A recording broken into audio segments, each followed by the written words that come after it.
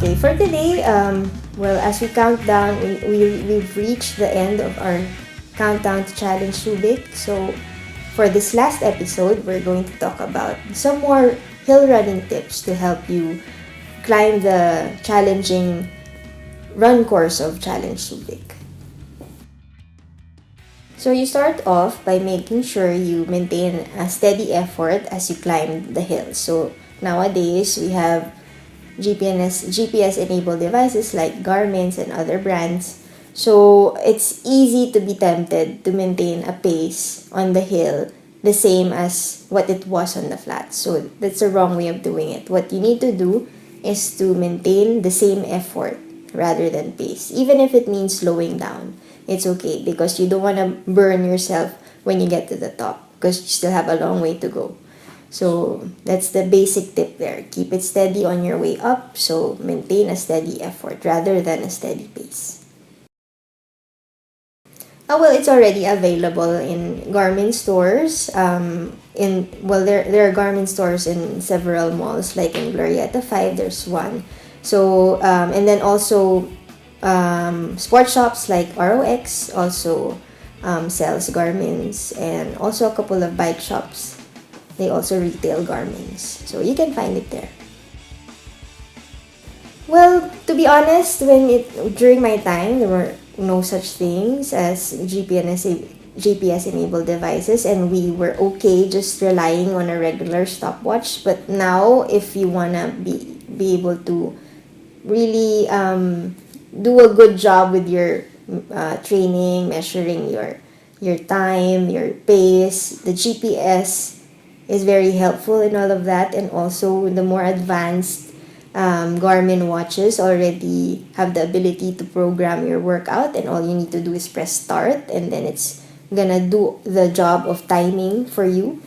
But if it's super necessary, I mean, you will survive training without it. But to make it even more convenient and a lot easier to do the tedious job of timing yourself, you're saving all of your data. It's very, very helpful.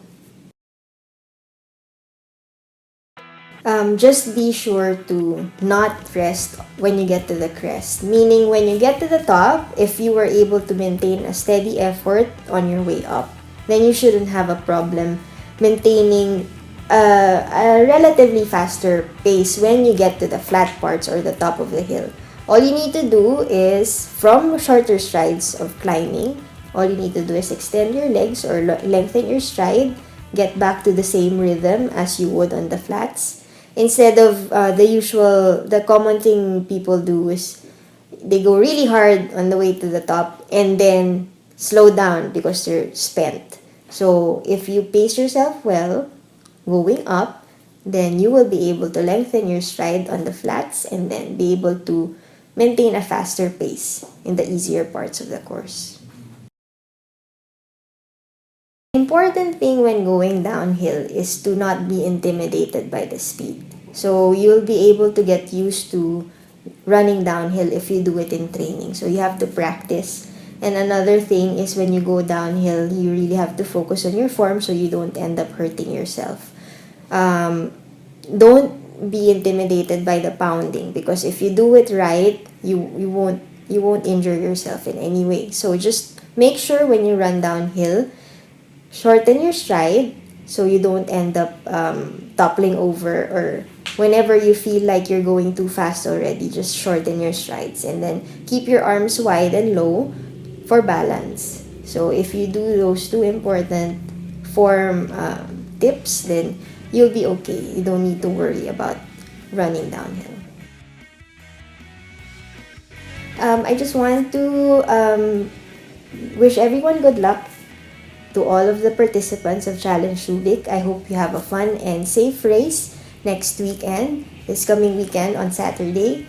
So let's all pray for good weather, and I'll see you there. Hopefully we get to the finish line safe and sound.